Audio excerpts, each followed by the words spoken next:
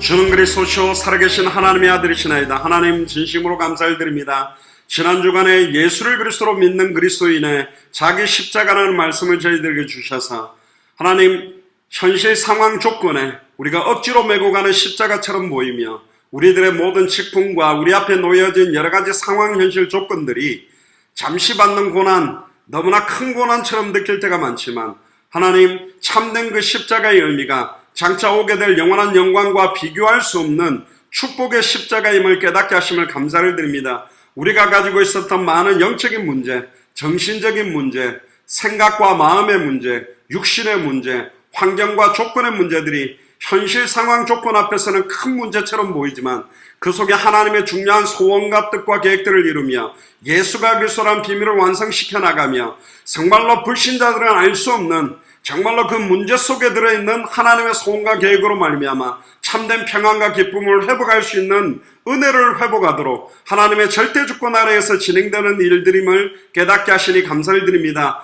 눈앞에 보이는 문제 때문에 영향받고 있는 그 많은 문제 조건들이 문제가 아니라 영향받을 수밖에 없는 나의 생각과 마음과 육신이 환경의 지배를 받으며 여러 가지 인간관계에서 연약하게 되며 흔들릴 수밖에 없고 불신앙하며 인본주의에 쓸 수밖에 없는 나의 영적 상태가 문제라는 것을 깨닫게 하시니 감사를 드립니다. 하나님 나의 영혼과 생각과 마음과 육신에 예수가 그리스도라는 2000년 전 십자가와 부활로 단번에 영원히 하나님을 만나며 죄와 저주에서 영원히 해방받으며 사탄 마귀 귀신의 권세와 사망의 권세를 꿰뚫고 이미 승리했다는 사실들이 나의 사실이 되게 하시며 나의 고백이 되게 하시며 나의 믿음이 되게 하여 주옵소서. 우리는 이 땅에 살지만 하늘에 속한 자로 살아가며 이 땅의 모든 소망과 모든 은혜들을 두는 것이 아니라 하늘에 정말로 하나님의 소원과 계획의 모든 소망과 계획을 두는 줄을 믿사오니 하나님 우리 앞에 지속적인 생명운동을 두고 기도합니다. 지속적인 말씀운동을 두고 기도합니다. 지속적인 제자운동을 두고 기도합니다. 정말로 200개 나라와 2000개가 넘는 미전도 부족 국가를 살리는 이 일에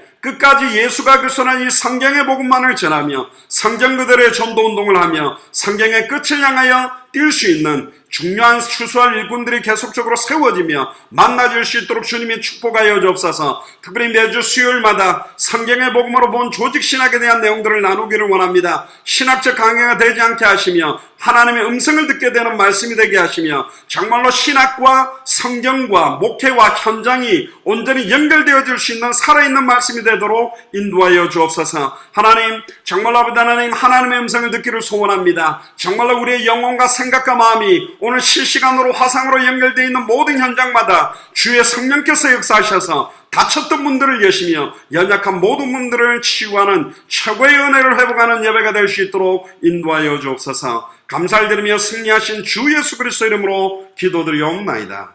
아멘. 자, 우리 하나님 말씀 같이 보겠습니다.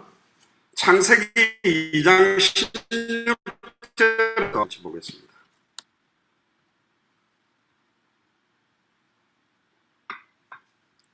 하나님의 말씀 창세기 2장 16절에서 17절까지의 말씀입니다.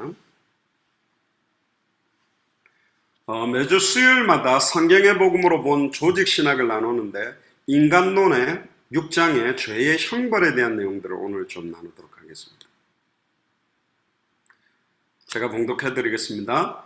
여호와 하나님이 그 사람에게 명하여 가라사대 동산 각종 나무의 실과는 네가 임의대로 먹되 선악을 알게 하는 나무의 실과는 먹지 말라. 네가 먹는 날에는 정령 죽으리라 하시니라. 아멘. 자, 우리가 신론, 하나님에 대해서 두 번째로 이제 인간론에 대해서 특별히 6장의 죄의 형벌에 대한 내용들을 좀 나누도록 하겠습니다. 오늘 굉장히 중요한 내용들이고요. 어떤 면에서는 죄의 형벌이 무엇인가, 죄의 심각성에 따른 형벌에 대한 부분들을 정확하게 알 때 그 죄가 얼마나 참혹하며 죄를 지어야 될 이유가 없음을 깨닫게 되는 축복이 회복되게 될 줄로 믿습니다. 자, 죄의 형벌에 대해서인데요. 첫 번째는 뭐냐면 형벌의 목적입니다. 하나님께서는 왜 죄인들에게 벌을 내리시는가? 사랑의 하나님이라고 말씀하셨고 인간을 하나님의 형상대로 창조했고 우리를 사랑하심에도 불구하고 왜 벌을 내리시는가? 죄의 형벌의 목적이 뭔가를 깨달아야 됩니다. 그럼 죄인들을 개선하기 위해서인가?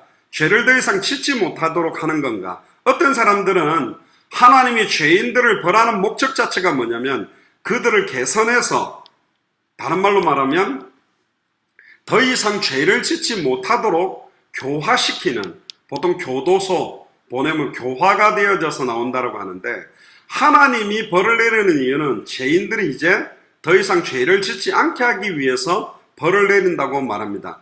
이런 생각에서 이제 사형 반대론도 나오는데요. 그러나 이 견해는 죄에 대한 하나님의 엄격한 형벌과 징계를 혼돈하는 잘못된 생각입니다. 형벌과 징계의 차이를 조금 알아야 됩니다. 징계 혹은 권징은 죄에 대한 벌이기는 하지만 그 정도가 굉장히 약하며 대략적입니다. 그래서 징계받는 죄인들을 개선하기 위해서는 징계를 내리는 겁니다. 그런데 징계는 거룩하고 의롭고 선한 삶을 살기 위해서는 유익해요. 그러나 하나님의 엄격한 형벌은 다릅니다. 형벌은 죄인들을 개선하기 위한 것이 아니고요, 노아 시대 때의 노아 홍수 심판이나 소돔과 고모라 땅의 유황불 심판 같은 경우는 단순한 개선을 위한 징계가 아니고 형벌입니다. 죄에 대한 하나님의 형벌은 죄인들의 개선을 위한 것이 절대로 아닙니다. 왜냐하면 하나님이 최종적으로는 지옥 심판을 하거니 후대에 있는 많은 사람들에게 도덕적인 교훈이 되고 거울이 됩니다. 그래서 회개에 도움이 되지만 심판을 당한 당사자들에게는 그렇지 않았어요. 징계라든가 징벌은 회개할 수 있는 기회가 놓이지만 형벌이라는 것은 완전히 확정되어 버리기 때문에 이걸 개선하는 단계가 아닙니다. 그럼 범죄의 예방을 위해서 하나님이 이런 형벌을 내리는가? 어떤 사람들은 하나님께서 죄인들을 벌하는 목적이 뭐냐? 사람들의 범죄를 예방하기 위해서 벌을 내린다고 말합니다. 이런 생각에도 어느 정도 일리 있는 부분들이 있습니다. 그런데 죄에 대한 하나님의 엄격한 형벌과 죄에 대한 하나님의 징계 두 가지를 혼돈하는 잘못된 생각입니다. 그러니까 형벌과 징계를 구분할 줄 알아야만 죄에 대한 부분들을 잘 알 수 있어요. 죄에 대한 하나님의 징계는 징계당하는 본인들에게 앞으로 범죄를 예방하기 위한 유익이 있어요. 징계를 한다, 권면을 한다, 징벌을 내린다는 말은 그 징계를 받는 사람이 다시는 그 죄를 짓지 않도록 기회를 주는 것이 징계입니다. 그러나 죄에 대한 하나님의 형벌은 당사자에게 최종적이고 마지막으로 확정돼 버리는 거예요. 더 이상의 기회가 없는 것입니다. 이 형벌은 심판받아서 죽었는데 범죄 예방의 의미를 그 당사자들에게 가질 수 있냐? 그럴 수 없다라는 거죠. 물론 죄의 형벌이나 징계가 다른 사람들에 대해서는 범죄 예방의 효과와 유익이 있습니다. 그런데 당사자한테는 완전한 답이 절대로 되지 않습니다. 그럼 왜 징벌과 형벌을 구별하고 있는가? 이제 이게 굉장히 중요합니다. 마지막 심판대 앞에서 내리는 하나님은 징계를 내리는 것이 아니라 형벌을 내립니다. 최종적이고 완전히 확정적인 판결을 내리는 거예요. 더 이상의 범죄 예방과 관계가 없습니다. 그렇기 때문에 죄에 따른 하나님의 형벌은 범죄 예방만을 위한 것이 절대로 아니다. 그럼 왜 하나님이 이런 형벌을 마지막에는 내리게 되느냐? 마지막에 백보자 심판, 마라나타의 신앙을 가지고 있는 우리, 주님께서 다시 오시면 죽었던 모든 사람들이 일어나고 살아있는 사람들도 다 백보자 심판대 앞에 모여서 하나님의 온전한 심판을 받게 되는데, 그때 양과 염소를 나누듯이 오른쪽 왼쪽으로 나누게 될 때 진행되는 것은 형벌입니다. 그때는 최종적이면서도 영원한 마지막적 확정이 되는 거예요. 그럼 왜 하나님은 형벌을 내리시는가? 첫 번째가 뭐냐면 하나님의 공의에 대한 만족을 위한 것입니다. 성경에 밝히 계시된 대로 죄에 대한 하나님의 형벌은 하나님의 공의의 만족을 위해서 형벌을 내립니다. 오늘 읽었던 본문에도 창세기 2장 16절 17절에 보면 여호와 하나님이 그 사람에게 명하여 가라사대 동산 각종 나무의 실과는 네가 임의로 먹되 마음껏 먹되 선악을 알게 하는 나무의 실과는 먹지 말라. 네가 먹는 날에는 정령 죽으리라. 하나님이 한번 선포했던 이 정령 죽으리라는 말씀 때문에 모든 인간이 죽게 됐어요. 모든 인간이 정령 죽어야 되기 때문에 예수님이 대신 죽기 위한 십자가 십자가의 대속의 죽음이 반드시 모든 사람에게 필요한 겁니다. 그리고 정령 죽고 난 다음에 부활하심으로 모든 사람에게 부활의 첫 열매가 되셔서 부활의 소망을 주시기 위한 겁니다. 그러니까 하나님의 공의를 만족하기 위해서 창세기 2장 16절 17절은 단순한 아담과 하와에게만 주신 말씀이 아니고 아담과 하와로 말미암아 번성하게 되는 모든 인류에게 주시는 말씀이었습니다. 그러니까 모든 인류에게 적용되는 거기 때문에 오늘 6장의 죄의 형벌이라는 것은 단순한 내용이 아니에요. 굉장히 중요한 내용입니다. 하나님의 공의를 스스로 만족하는 거예요. 하나님이 한번 선포한 말씀은 실현하지 아니하고 반드시 그대로 완성시키고 성취시킨다는 것을 보여주시는 겁니다.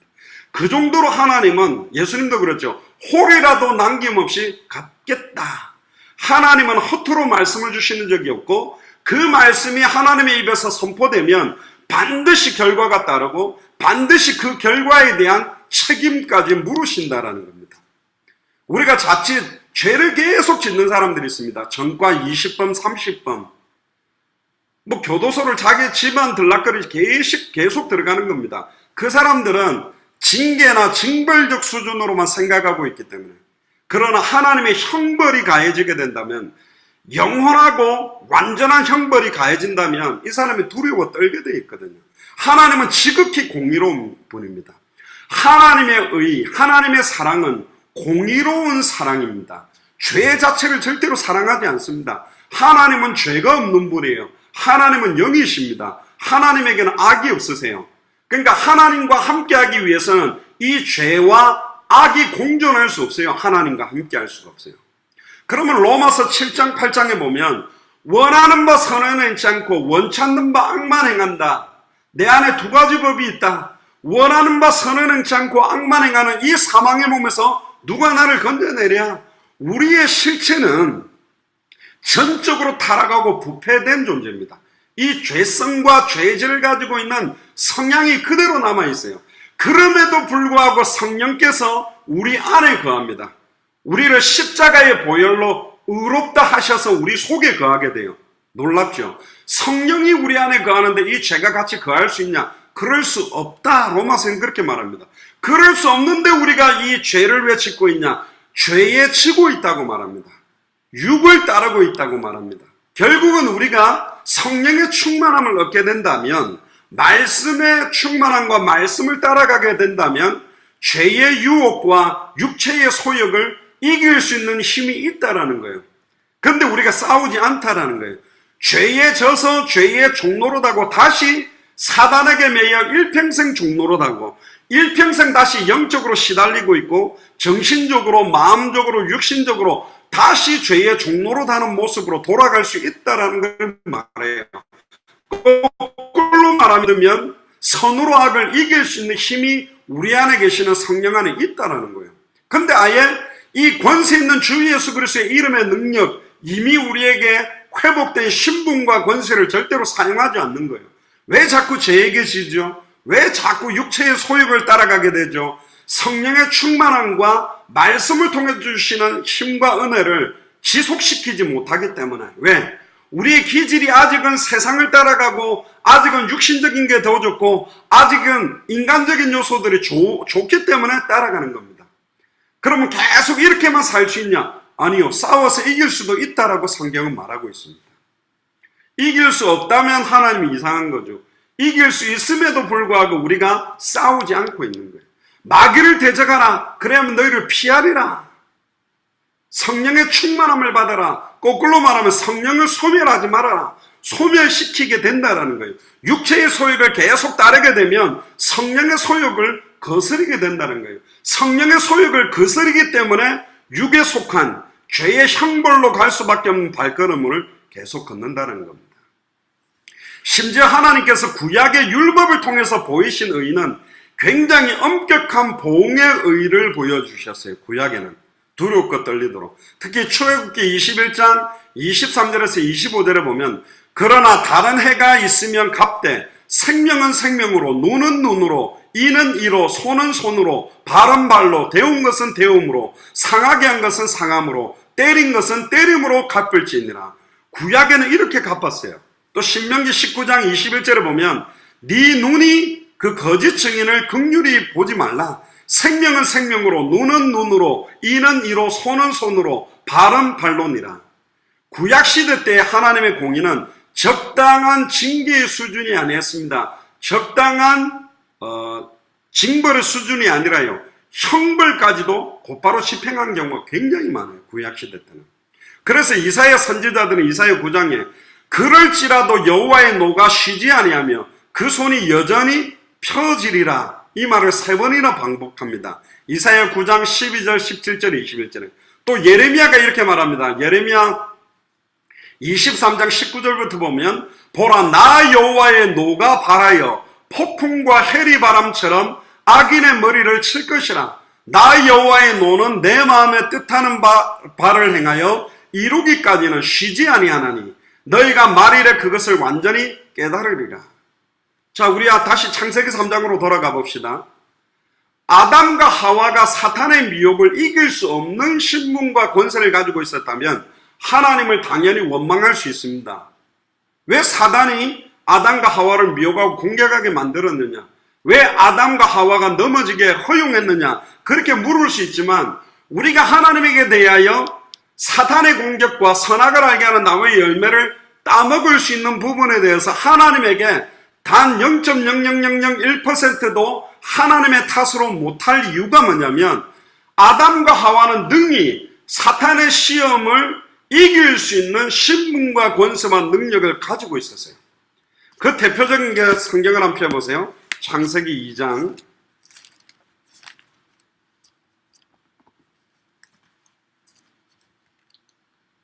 창세기 2장을 한번 펴보시기 바랍니다.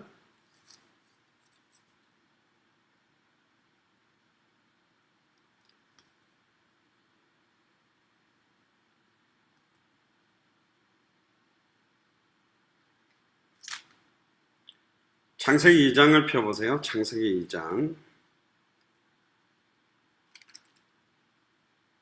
15절입니다. 여호와 하나님이 그 사람을 이끌어 에덴 동산에 두어 그것을 경작하며 지키게 하시고, 여기 굉장히 중요한 말이 있습니다. 경작하다라는 말은 제사장이 제사를 집행하는 원어를 썼지만 지키게 하시고라는 단어에 보면 지킨다라는 말의 의미가 뭘까요? 뭔가를 보호하는 거죠. 하나님의 약속, 창세기 2장 16절 17절의 말씀을 지키고 보호할 수 있다. 지킨다라는 말은 무엇으로부터의 공격이 암시되어 있는 거예요. 사탄의 미혹이나 공격에도 능히 방어할 수 있는 지혜와 능력과 신분과 권세가 아담과 하와에게는 온전히 준비되어 있었어요.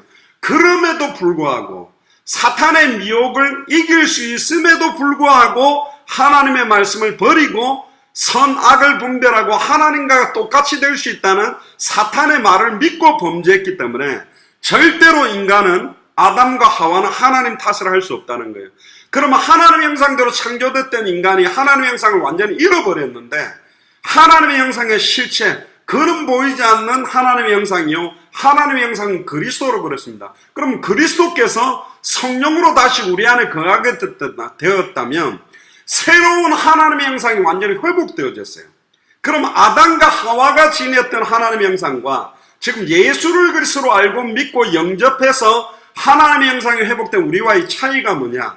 아담과 하와는 범죄함으로 정령 죽게 될 수 있는 허용성이 있었지만 예수를 그리스도로 알고 믿고 영접하게 됨으로 우리 안에서 성취된 하나님의 형상은 실상은 범죄에 노출이 되어 있고 또 실수해서 범죄한다 할지라도 절대로 정령 죽을 수 없는, 너희가 나를 택한 것이 아니요 내가 너를 지명하여 불렀나니 너는 내 것이라. 이미 그리스도께서 하나님의 성령을 우리 안에 임하게 만드심으로 우리를 구속하셨기 때문에 아담과 하와가 지녔던 하나님의 형상은 정령 죽음에 도달하는 하나님의 형상이었지만 재창조의 능력으로 우리 안에 회복된 하나님의 형상은 우리의 실수나 연약함이나 범죄함이 절대로 멸망에 이를 수 없는, 요한복음 5장 24절에 나를 믿고 나 보내시를 믿는 자는 영생을 얻었고 심판에 이르지 아니하나니 사망에서 생명으로 옮겼느니라. 할렐루야. 사망에서 생명으로 옮겨지게 한 하나님의 형상이 우리 안에 회복된 거예요. 할렐루야. 자, 그렇다면 여기서 더 중요한 거예요. 그것보다 더 중요한 건 뭐냐? 그럼 아담과 하와가 처음에 지녔던 하나님의 형상보다도 재창조의 능력으로 십자가의 죽음과 부활로 완전히 단번에 영원히 하나님을 만나게 만들었고, 단번에 영원히 과거, 현재, 미래 모든 죄와 저주에서 해방되게 만들었고, 단번에 영원히 사탄의 권세와 사망의 권세를 깨뜨리고 승리하게 된 하나님의 형상이 우리에게 임했다면 사단에게 져야 돼요? 지고 살아야 돼요? 아니라는 거예요. 이게 진짜 중요한 포인트라는 거예요.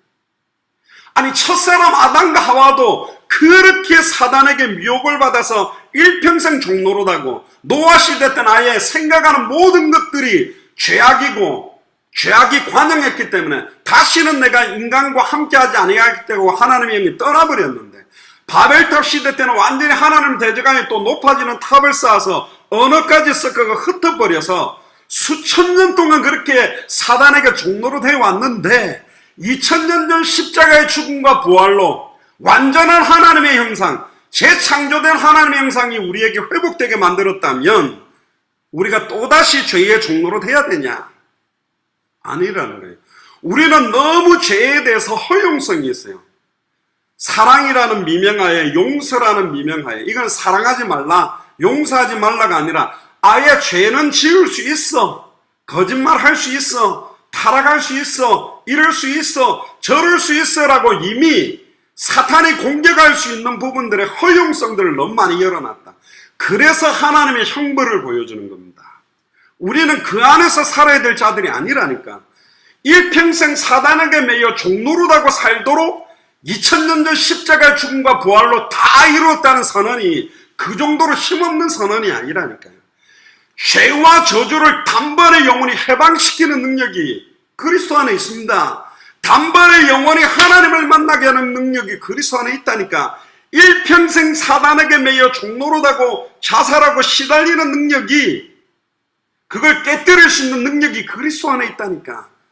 왜 마지막 때에 극심한 사단의 공격과 이 악이 강한데 많은 하나님의 자녀들이 똑같이 또 종노릇하느냐?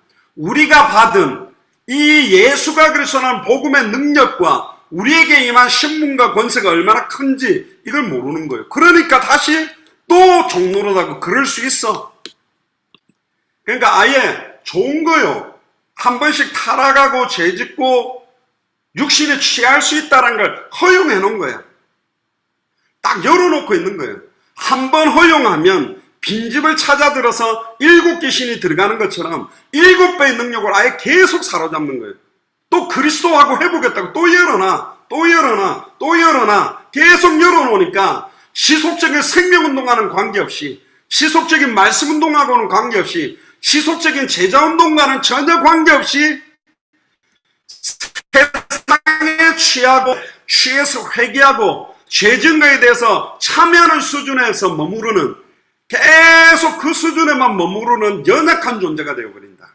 강한 용사로 주님은 세우기를 원하고 200개 나라와 2000개가 넘는 미전도 부족 국가를 살리는 어마어마한 십자가에, 영광스러운 십자가를 주기를 원하는데 늘상 회개하는 수준이 육신에 취했고 완전 불신자들이 취하고 있는 수준의 문제에서 걸려서 지금 아무것도 못하고 있다. 이것 때문에 하나님이 형벌이라는 걸 보여주는 겁니다. 구약을 통해서. 성경은 하나님의 심판을 각 사람의 행한 대로 반드시 보응하겠다라는 경고를 굉장히 많이 하고 있습니다. 시편 62편 11절에 각 사람의 행한 대로 갚으시나이다. 전도서 12장 14절에 하나님은 모든 행위와 모든 은밀한 일을 선악간에 심판하시리라. 로마서 2장 5절 6절에 보면 하나님의 의로운 판단이 나타나는 그날에 하나님이 각 사람의 그 행한 대로 보응하시리라. 행한 대로 반드시 책임을 묻겠다. 홀이라도 남김없이 갚겠다. 그러면 우리의 발걸음 하나하나, 우리의 말 한마디 하나, 행동 하나하나를 지켜보고 있다는 거예요.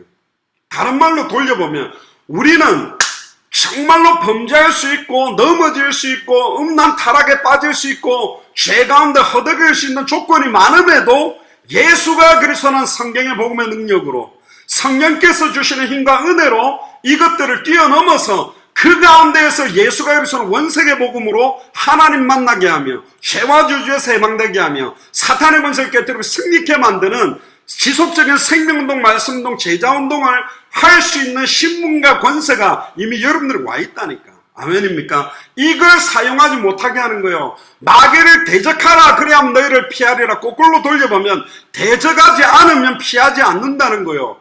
대적해야 될 이유가 있다니까. 원수의 능력을 제어하라. 누가복음 10장 19절 20절. 사단이 하늘로서 번개같이 처박힐 수 있는 권세와 능력이 여러분들의 입술에 예수를 그리스도로 알고 믿고 영접한 자가 예수 그리스도 이름 부를 때 꺾이는데 사용하지 않고 있다는 거예요. 여러분들 오늘 하루 종일 권세 있는 주 예수 그리스도 이름을 사용하셨습니까? 그 이름의 능력을. 사탄이 하늘로 가서 번개같이 떨어지며 닫혔던 옥문이 다 열리며 우리의 신음에도 응답하시는데, 아담과 하와가 받았던 그 하나님의 형상은 정령 죽을 수 있는 하나님의 형상이었지만 2000년 전 십자가의 죽음과 부활로 예수 그리스도께서 다 이루고 완성하셔서 재창조된 하나님의 형상이 우리에게 임했다라는 말은 우리는 절대로 정령 죽을 수 없게 만드신 거예요. 아멘입니까? 영원한 생명이 와 있다니까. 그러면 절대로 정령 죽지 않는 영원한 생명을 주신 이유가 뭐냐 말이에요. 일평생 사단에게 매여 종로로 닿는 자들이 이제는 다시는 자기를 위해 살지 않고 자기를 위해 죽었다가 다시 사신 그분만을 위해 살도록. 아멘.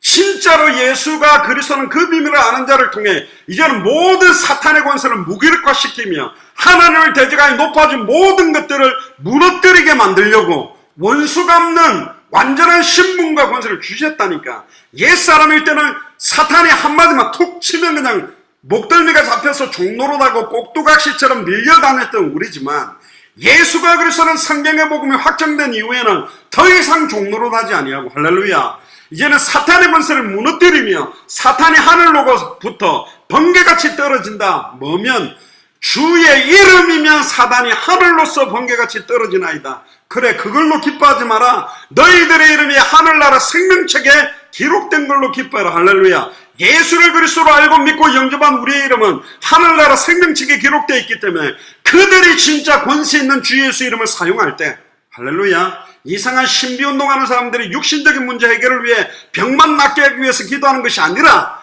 개인과 가정과 지역과 200개 나라와 2000개가 넘는 미전도 부족 국가마다 배후에 역사하는 사탄 마귀 귀신의 권세들이 완전히 무너지도록 기도할 때 어마어마한 일들이 영적으로 일어나는데 이걸 사용하지 않고 있는 거예요. 그러니까 완전히 그냥 육신적인 세상 사람들처럼 사는 거예요. 성경의 복음을 가진 자가, 성경의 전도의 비밀을 가진 자가, 성경의 끝의 시간표를 앞당길 자가 우리에게 임한 신분과 권세와 사명이 얼마나 큰지, 우리에게 맡겨주신 십자가가 얼마나 영광스러운지 모르는 거예요. 그러니까 계속 그 십자가의 종로로 나는 인생이 되고 있다. 그걸 깨닫게 하기 위해서 죄의 형벌을 보여주는 거라니까요. 일본에서도 얼마 전에 그 지하철에 그 살인가스인가 그 유포해가지고 죽였던 그 사람이 있죠. 갑자기 이름 생각했는데 사형 집행을 했어요. 그 사람과 거기에 초중했던 사람들. 아직 그 우리나라는 이제 사형 집행을 해오다가 중단돼서 지금 안 하고 있기도 한데, 왜 사형 집행을 막 하느냐? 이 형벌을 보여주는 거예요. 특히 필리핀의 두테르트 그 대통령이 마약 하기만 하면 마약 실제로 하거나 판매하는 사람들은 현장에서 곧바로 사살할 수 있다. 또 그런 사람을 잡으면 포상금까지 주니까요. 아예 그걸 일부러 만들어갖고 막 사람을 죽이는 어마어마한 일도 터졌거든요. 이게 인간이 사용하게 될 때는 불의한 형벌과 불의한 심판이 되지만, 공의로운 하나님께서 형벌을 확정해 놓은 이유가 뭐냐? 지금 우리에게 주시는 어마어마한 메시지입니다. 이거는 단순하게 아직 예수를 그리스도로 알고 믿고 영접하지 못하는 불신자들이나 타 종교인들에 대한 경고도 있지만 우리에게 주는 메시지예요. 그렇구나. 내 아내가, 내 남편이, 내 자녀가 아직도 예수가 그리스도라는 이 복음을 받지 않았다면 이들에게 임하게 될 영원한 죄의 형벌이 얼마나 지독한 것인지, 지옥의 고통이 어떤 것인지 그 사실대로 믿는다면 아직 복음 받지 않은 내 가족과 친척과 부모님과 자녀를 위해 기도가 안 되겠냐 말이에요. 사단에게 아예 장악돼서 복음을 듣지도 않고 받지도 않고 있는 그 상태를 보고 기도를 안 하겠냔 말이에요. 영적으로 완전히 혼미케 돼버린 거예요. 형벌의 내용이 뭐냐? 죽음입니다. 자, 그러면 죄의 대한 하나님의 형벌의 내용이 뭐냐면, 하나님의 역사상 인간에게 죄에 대한 여러 가지 형벌을 내렸습니다.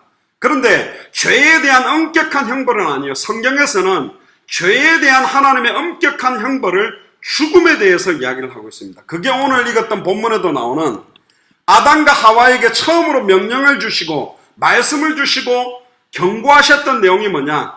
창세기 2장 16절 17절에 여호와 하나님이 그 사람에게 명하여 가라사대 동산 각종 나무의 실과는 네가 임의로 먹되 선악을 알게 하는 나무의 실과를 먹지 말라. 네가 먹는 날에는 정령 죽으리라.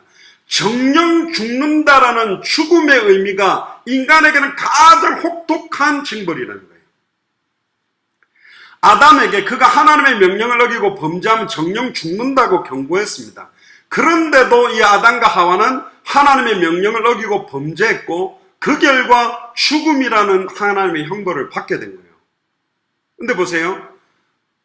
아담과 하와가 연약한데, 사단보다 힘이 없는데 미혹을 받아가 넘어졌다라면 하나님께 원망하지만, 아담과 하와에게 주신 지혜와 능력과 신분과 권세는 사탄의 미혹을 능히 이길 수 있는 신분과 권세를 그 당시에도 가지고 있었습니다.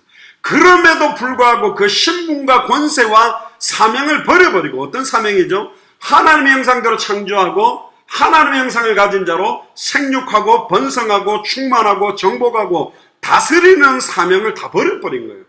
그건 안 하고 하나님이 되겠다고 하나님을 대적하게 됐다니까. 결국은 아담이 하나님의 명령 자체를 어기고 범죄함으로 오게 된 게 죽음입니다. 그래서 성경은 이렇게 말합니다. 아담 한 사람으로 말미암아 죄가 들어왔고 죄로 말미암아 죽음이 왔다. 그렇게 말합니다. 로마서 5장 12절에 이러므로 한 사람으로 말미암아 죄가 세상에 들어오고 죄로 말미암아 사망이 왔나니 이와 같이 모든 사람이 죄를 지었으므로 사망이 모든 사람에게 이르렀다. 한 사람의 죄가 모든 사람의 죄요, 한 사람으로 말미암아 온 사망이 모든 사람에게 임했다. 이게 대표성의 원리인데 거꾸로 돌려보면요, 이게 굉장히 중요한 말입니다.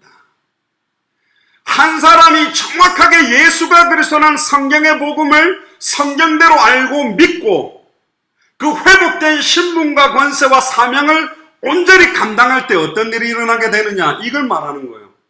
한 사람 때문에 모든 사람에게 생명이 임하게 되고 한 사람의 순종하심으로 모든 사람이 살게 됐어요. 첫사람 아담으로 말미암아 사망이 왔지만 마지막 아담 그리스도로 말미암아 모든 사람에게 생명이 임하도록 만들었습니다. 그 실체가 그리스도요, 그 예수를 나의 그리스도로 믿는 자에게 이 영원한 생명의 실체가 되시는 그리스도의 성령이 우리 안에 거한다니까요. 고린도전서 15장 21절에 22절을 보면 사람으로 말미암았으니 죽은 자의 부활도 사람으로 말미암는도다. 아담 안에서 모든 사람이 죽은 것 같이 그리스도 안에서 모든 사람이 삶을 얻으리라. 할렐루야.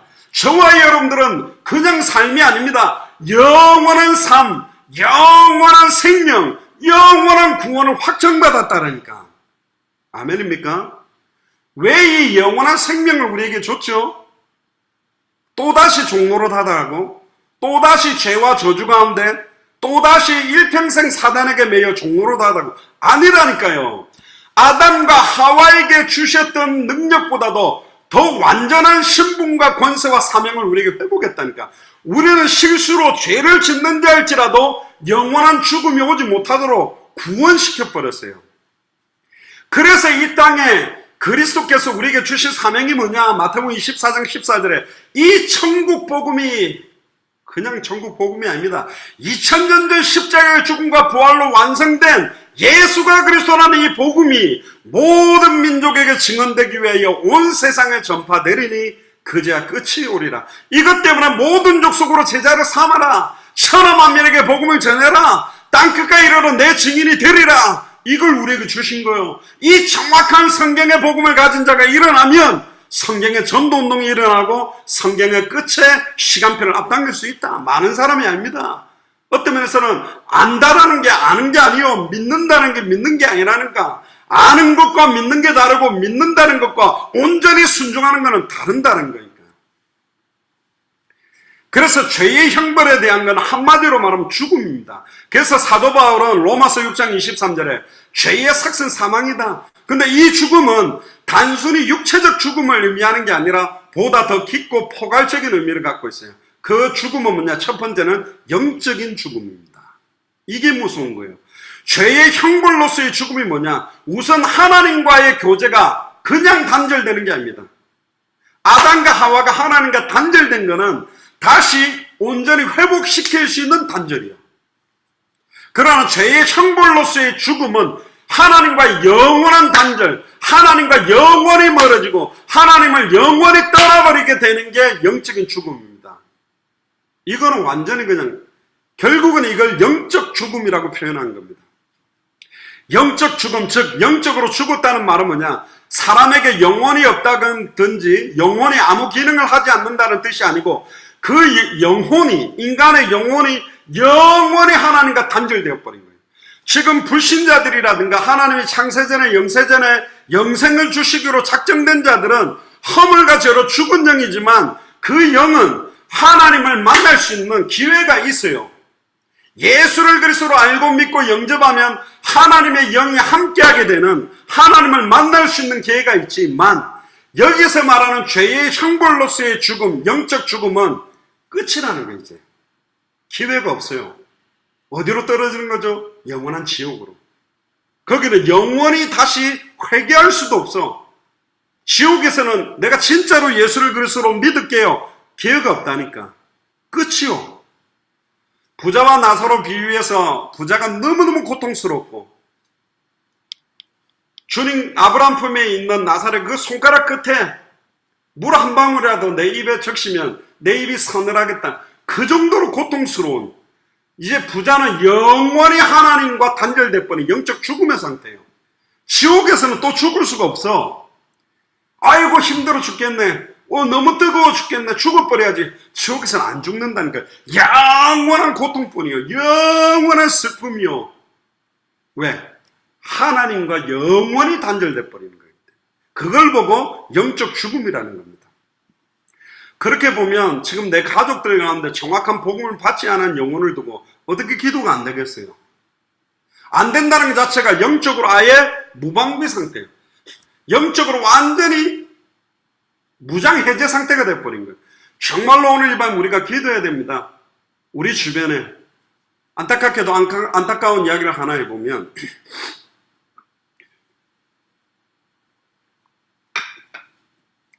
지난주에 우리 청소년 수련을 했죠. 굉장히 또 은혜 받았던 애들도 많았는데 또 다른 애가 하나 있어요. 근데 얘가 이제 집에 들어가자마자 완전히 사단한테, 가족들한테 융단 폭격을 받은 거예요. 그러니까 막 애가 너무너무 힘들어서 집에 있던 막 타이레놀, 뭐 소화제, 각종 약, 이 뭔 약인지도 모르고 막 이걸 한 5번 새벽에 털어 넣었대. 그러니까 막 오바이트를 하고 막 속이 뒤틀려 버린 거예요. 그래가지고 막 주일날 새벽에, 나중에 제가 정미정 전사님 전화를 받아보니까 병원 실려간 거예요. 얘는 죽겠다는 거지. 그러니까 주변에서 본 게 뭐냐, 죽으려면 약 털어 먹는 건데 타이레놀, 소화제, 뭐 이상한 약을 막 엄청 막 집에 있는 약은 다 긁어다가 먹었는데 지금 오늘 전화를 받았습니다. 이렇게 회복돼가고 쌩쌩하더라고요. 그래서 제가 그랬어요. 쓸데없는 약 털어지 뭐 먹지 말고 예수가 그래서 그 복음 가지고 네가 너희 아버지 어머니 가족들 살려야 된다. 얼마나 이 사단이 우는 사자처럼 돌아다니며 삼키려고 미혹하는지 모른다니까. 거기는 뭐 8남매인가 그래요. 8남매 맞죠? 거의 연년생이라 둘째인데 그 아버지 어머니가 대단해요. 이사 나가자마자 또 들어왔어. 8남매를 요즘 낳았더라. 모르겠어. 애 많이 놓으면 나라에서 돈을 많이 준, 부산은 그렇게 많이 주는 거 안 같은데 하여튼 8명인가 낳았어요. 그 둘째라. 그냥 막 밑에는 또 연년생이요. 막 진짜 생육하고 번성하고 충만하고 정복하고 다스리려고 하시는데 안타깝게도 그 아버지 어머니가 예수 그리스도 복음을 지금 안 받았어. 근데 내가 걔한테 그랬어. 기도해라. 너희 여자애거든. 너희 아빠와 엄마가 진짜 이 복음 받고 살아나도록. 더 충격적인 거, 전도사님이 새벽에 막 이렇게 병원 데리고 갔는데 엄마가 전화도 안 받고 병원도 안 와요. 안타깝죠. 완전히 죽음의 상태. 하나님과 단절된 사람이 영원한 생명을 소유하지 못한다는 건 당연한 거죠. 왜? 영원한 생명의 근원은 하나님이기 때문에, 그리스도이기 때문에. 예레미야서 2장 13절에 내 백성이 두 가지 악을 행하였나니 곧 생수의 근원되는 나를 버린 것과 스스로 웅덩이를 판 것인데 그것은 물을 저축하지 못할 터진 웅덩이다. 생수의 근원을 버려 내 방식대로 사는 거예요. 예수가 그리스도라는 이 말씀 안 하면 안 되는데 내 방식, 인간적인 수단, 인간적인 기준, 세상 완전히 풍속, 그걸로 살아가겠다고 몸부림치는 거예요. 아니라니까. 우리 자녀들에게 10억, 20억을 주는 게 아니고 아파트를 남길 게 아니고 정말로 중요한 게 뭐냐? 진짜 하나님이 살아계시며 진짜 예수님이 나의 그리스도며 내가 살아야 될 이유 마라나타. 200개 나라와 2000개가 넘는 미전도 부족 국가에 진짜로 예수가 그리스도를 맞다는 이 복음을 증언하기 위해서 이유 있게 공부하고 이유 있게 성공해야 될 아이들이 일어나야 된다니까. 지금 이게 아닌 거예요. 요한복음 15장에도 사람이 주 안에 거하지 못하면 마치 포도나무에서 잘 이우는 가지와 같다. 붙어있는 것 같은데 양분을 전혀 받지 못하는 말라버린 가지가 많다. 제가 볼 때는 붙어는 있는데 양분을 절대로 공급받지 않고 있는 가지가 너무너무 많다. 툭 치기만 하면 다 떨어지는 가지요. 예수님은 그들을 하나님을 참으로 알지 못하는 사람들, 즉 예수님이 그들을 표현할 때 죽은 자들이라고 표현하고 있습니다. 누가복음 9장 60절에 보면 가라사대 죽은 자들로 자기의 죽은 자들을 장사하게 하고 너는 가서 하나님의 나라를 전파해라. 죽은 자들이 있다는 거예요. 에베소서 2장 1절에 말하는 허물과 죄로 죽은 자. 그러나 이 허물과 죄로 죽은 자는 예수가 그리스도라는 복음을 받으면 영원한 생명이 회복될 수 있습니다. 그런데 마지막 최종적인 심판에 임하는 죄의 형벌로서의 영적 죽음은 끝이 나니까 하나님과 더 이상의 이제는 기회가 없는 거예요. 영원히 단절되게 돼버린다. 영원히 끝이 되겠는다니까요. 제가 중고등부 회장할 때 중학교 2학년짜리인가 있어요. 자기 아버지 어머니가 불신자인데 언젠가는 복음을 전해, 그 당시에 복음도 정확하지는 않았지만 그래도 아빠한테 꼭 복음을 전하고 싶다 이랬는데 갑자기 얘 아버지가 돌아가신 거예요.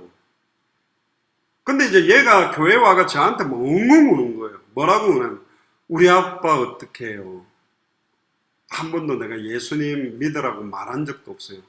그때는 예수가 그래서 이런 정확한 복음도 아니었는데 아빠한테 자기가 한 번도 너무너무 사랑하는 아빠인데 왜 예수를 믿어야 되는지 자기가 전해본 적이 없다라는 거예요. 그것 때문에 얘가 어마어마하게 울더라. 저도 굉장히 마음이 아팠습니다. 여러분들은 어떻게 생각합니까?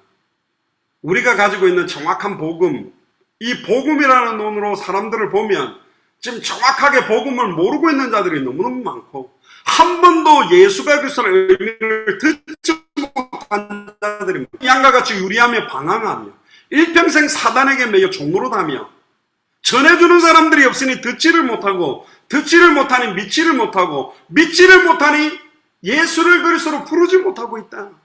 누구든지 주의 이름을 부르면 구원받을 수 있는데 예수 그리스도 하면 구원받는단 말이 아니라 주의 이름으로 나의 생명의 주인으로 부른다면 즉 마음으로 믿고 입으로 고백해서 정말로 영접한다면 구원받을 수 있는데 전해주질 않는다. 특히나 정확한 복음을 소유하고 있다는 우리가 생명 얻지 못하고 방황하는 이들을 두고 기도하지 않는다. 그보다 더 엄청난 범죄가 어디 있겠습니까? 지금 막 신종 플루가 돌아다니면서 막 다 죽어나가는데 딱 이 약만 딱 맞으면 백신만 맞으면 사는 거예요. 그걸 어마어마하게 가지고 있는데 지금 내 가족들이 안 맞고 막 오염된 지역에 사는데 놔줄 생각은 안 한다. 지금 이거는 그런 게 어디 있겠어요? 예수님께서 사용하신 죽은 자들이란 말은 일반적인 모든 사람 말합니다. 불신자 포함, 무신론자들 포함, 우상숭배자들 다 말합니다. 근데요, 또 탕자의 비유, 누가복음 15장에 보면 아버지 품을 떠나갔다가 돌아온 그 아들을 뭐라고 표현하냐면 이는 내 아들이 죽었다가 다시 살아났으며 내가 잃었다가 다시 얻었노라. 심지어 요한복음 5장 25절에 진실로 진실로 너희에게 이르노니 죽은 자들이 하나님의 아들의 음성을 들을 때가 오나니 곧 이때라. 듣는 자는 살아라니라. 할렐루야. 지금 이때입니다. 보라, 지금은 은혜 받을 만한 때요 구원의 날이로다. 예수를 그리스도로 알고 믿고 영접하게 될 때 임하게 되는 영원한 생명이 정확하게 전달되어져야 된다. 그래서 에베소서 2장 1절에 너희의 허물과 죄로 죽었던 너희를 살리셨다. 이거는 징벌과 징계에서의 살리는 것이고, 마지막 형벌, 최종적인 심판에서는 살릴 수가 없어요. 끝이요. 영원한 영적 죽음에 거하게 된다니까. 에베소서 2장 5절에 허물로 죽은 우리를 그리스도와 함께 살리셨고 너희가 은혜로 구원을 얻은 것이나. 주님의 마지막 심판 이후로는 주님의 은혜가 임하지 않습니다. 하나님의 영원한 단절, 하나님 예수 그리스도의 은혜도 단절돼 버린 상태가 영적 죽음의 상태로 들어가게 된다. 그래서 우리가 예수를 그리스도로 믿음으로 영원한 새 생명을 얻은 우리가 그 영혼을 두고 기도 안 한다. 이것보다 큰 죄가 없죠. 에베소 4장 18절에 저희 총명이 어두워지고 저희 가운데 있는 무지함과 저희 마음이 굳어짐으로 말미암아 하나님의 생명에 떠나 있도다. 새롭게 봐야 됩니다. 나의 남편과 아내와 가족들을 다시 봐야 됩니다. 특히 우리 후대들 순간순간 아니요. 그냥 감정적으로 상황에 따라 고백하는 경우가 많고, 이게 전인격적으로 딱 고백될 때는 아무도 안 도와줘도 그냥 막 풀어놔도 망할 수 없습니다. 제가 한 2주 전에 만났던 친구 부산에 있었다고 올라왔는데 심각하게 제가 20분 정도 복음 전하고 진짜 너는 다시는 네 자신을 위해 살지 않고 이분이 나의 주인으로 왕이 되기 위해서 영접하겠냐? 못하겠다 하더라. 그렇지. 그러니까 변화가 없는 거예요. 예배도 드린다니까. 한 번도 진짜로 자기는 그 어떤 면에서는요 굉장히 진실한 거예요. 진짜로 받아들인다면 그렇게 못 살아요. 성령이 역사하게 돼 있어요. 성령이 변화시키게 돼 있다니까. 지금 구원받지 못한 일반 사람들은 영적으로 하나님을 떠나 있고 예수가 그리스도인 걸 알지 못하고 섬길 줄도 모르고 하나님 없이 자기 힘으로 살고 있습니다. 그러니까 사람들의 영적인 정신적인 모든 문제가 오는 이유가 뭐냐? 그냥 하나님과 단절되니까 고통과 공허함과 우울증과 슬픔과 공포가 오는 거예요. 원래 하나님과 함께해야 될 인간이 단절되었기 때문에 안 채워지는 거예요. 결국은 영혼이 죽었기 때문에 오는 결과물로 드러나는 겁니다. 죽음이 형벌인데 영적인 죽음과 함께 두 번째 죽음은 뭐냐? 육체적인 죽음입니다. 죄의 형벌로서의 죽음은 육체적 죽음도 포함합니다. 창세기 35장 18절에 보면 그가 죽기에 임하여 그 혼이 떠나려고 할 때에 아들의 이름은 베노니라 불렀으나 그 아비가 그를 베냐민이라고 불렀더라.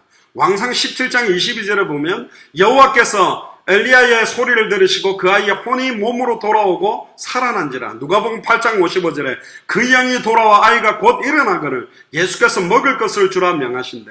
세 종류의 사람이 있습니다.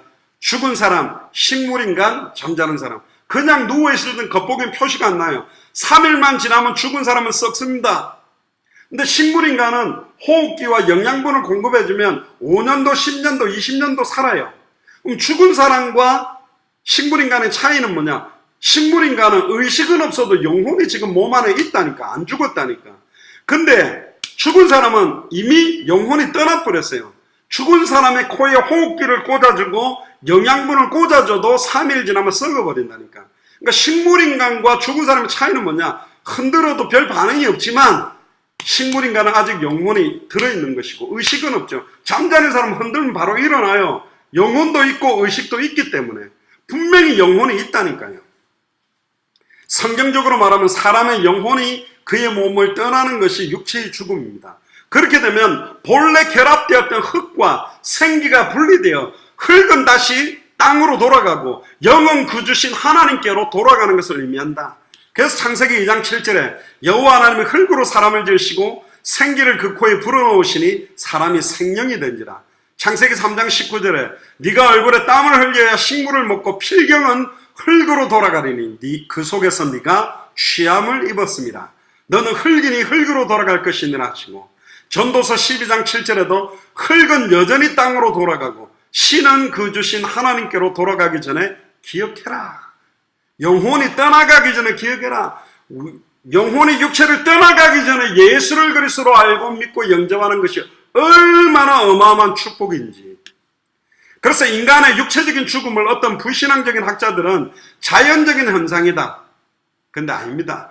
인간의 범죄함으로 말씀을 어기고 사탄의 말을 믿음으로 우리에게 죽음이 오게 됐어요.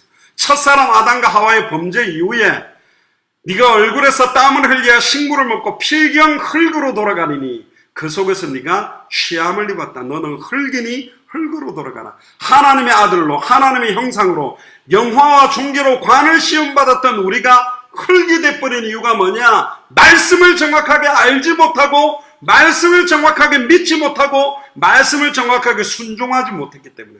그렇다면 거꾸로 이제는 아담과 하와가 받았던 그 하나님의 형상과는 비교할 수 없는 절대로 영원한 지옥에 떨어질 수 없고 영원한 죽음이 임할 수 없는 하나님의 형상이 우리 안에 회복됐다면 우리는 죄에게 질 이유가 없어요. 더 이상 죄에게 종노릇하고 사단에게 매여 다시 일평생 종노릇할 이유가 없다. 싸워라. 싸워야 됩니다. 죽음은 아담의 범죄 때문에 왔어요. 창세기 5장에도 보면 아담으로부터 노아 때까지 후손의 명단을 기록하면서 죽었다란 말을 8번이나 반복합니다. 결국은 죄의 형벌로 육체적인 죽음도 왔다. 아담의 범죄로 그와 그 후손들이 다 죽게 되었고 그 죽음은 육체적 죽음을 포함했습니다. 로마서 5장 12절에 한 사람으로 말미암아 죄가 세상에 들어오고 죄로 말미암아 사망이 왔나니 그러니까 육체의 노쇠, 늙은 것, 갖가지 질병, 자연적 재난으로 인한 육체적인 고통도 육체적 죽음의 전조현상이다. 자, 그러면 이제는 더 무서운 건 뭐냐? 영적 죽음과 육체적 죽음과 지옥 형벌이 있어요. 이걸 보고 둘째 사망이라고 말합니다. 죄의 형벌로서의 죽음은 성경에 임하면 이 정도가 아니라 영원한 지옥 형벌을 포함합니다. 이걸 보고 둘째 사망이라고 하면서 영원한 죽음이라고 합니다. 영적인 죽음, 육체적인 죽음, 영원한 죽음. 이걸 보고 둘째 사망이라고 그러는데 사람의 영혼은 육체가 죽을 때 멸절하지 않습니다. 영혼은 존재해요. 의인의 부활이나 악인의 지옥 형벌은 무의미한 말이 되죠. 죽어버린다면. 영혼까지 죽어버린다면 아니요. 멸절되지 않습니다. 영혼은.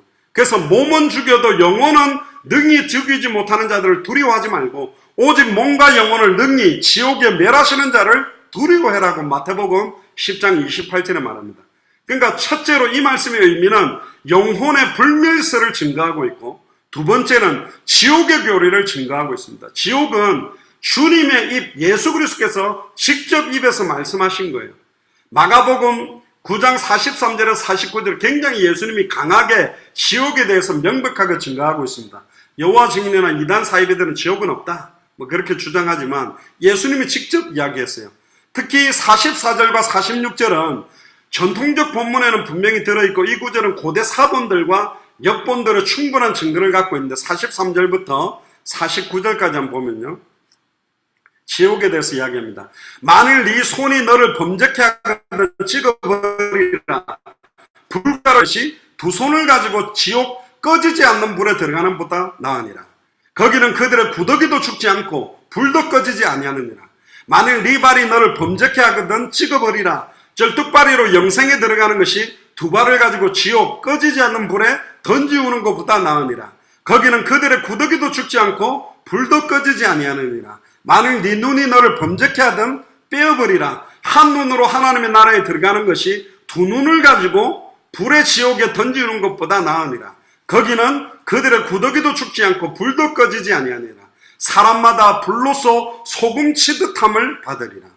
지옥이 얼마나 두렵고 떨리는 장소고 고통스러운지를 표현하셨어요. 원래 지옥은 사탄 마귀 귀신들을 집어넣는 곳으로 준비했습니다. 그런데 하나님의 형상으로 창조된 인간이 절대로 십자가의 죽음과 부활을 인정하지 않고 성령의 역사를 받아들이지 않으므로 사탄 마귀 귀신의 세력들이 들어가야 될 지옥불을 따라 들어가는 거예요. 마태복음 25장에도 보면요. 지옥불에 대한 증거를 하십니다. 41절에 왼편에 있는 자들에게 이르시되 저주를 받을 자들아 나를 떠나 마귀와 그 사자들을 위하여 예비된 영영한 불에 들어가라. 원래 마귀와 그 사자들을 위해서 예비해 놓은 건데 따라 들어가는 거예요. 왜? 46절에 저희는 영벌에 의인은 영생에 들어가리라. 영생과 대조되는 영벌, 영원한 형벌이 뭐냐? 지옥입니다. 뭣도 모르고 이제는 사탄 마귀 귀신과 영원한 고통 가운데 영영한 불에서 고통받게 된다는 거예요. 사도 바울도 데살로니가후서 1장에도 보면 8절 9절에 영원한 멸망에 대해서 이렇게 말합니다. 하나님을 모르는 자들과 우리 주 예수의 복음을 복종치 않는 자들에게 형벌을 주시니, 하나님을 모르는 자도 형벌받고 우리 주 예수의 복음, 예수를 그리스도로 믿는 복음을 복종치 않는 자도 형벌을 받습니다. 징계가 아닙니다. 형벌이 임합니다. 이런 자들이 주의 얼굴과 그의 힘의 영광을 떠나 영원한 멸망의 형벌을 받으리로다. 여기서 영원한 멸망의 형벌은 지옥을 말하는 겁니다.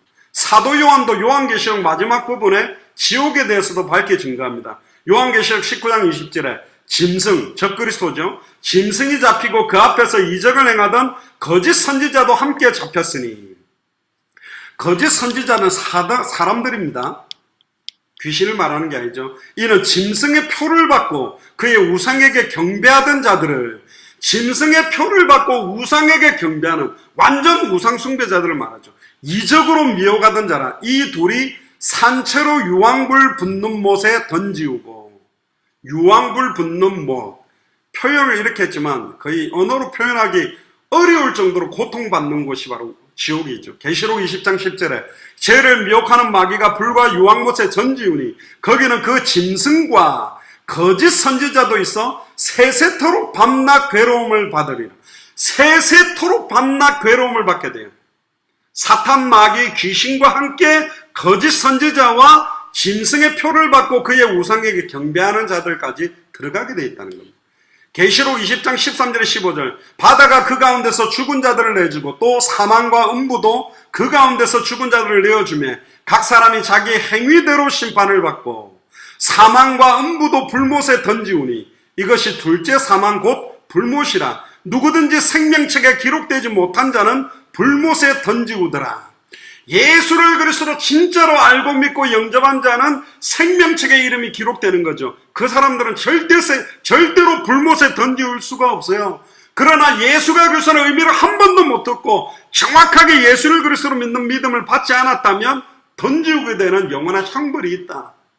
그럼 우리 주변에 이걸 듣지 못한 자들이 있다면 어떻게 기도를 안 하겠냐는 거죠. 계시록 21장 8절에 두려워하는 자들과 믿지 않는 자들과 흉악한 자들과 살인자들과 행음자들과 술객들과 우상숭배자들과 모든 거짓말하는 자들은 불과 유황으로 타는 못에 참여하리니 이것이 둘째 사망이다.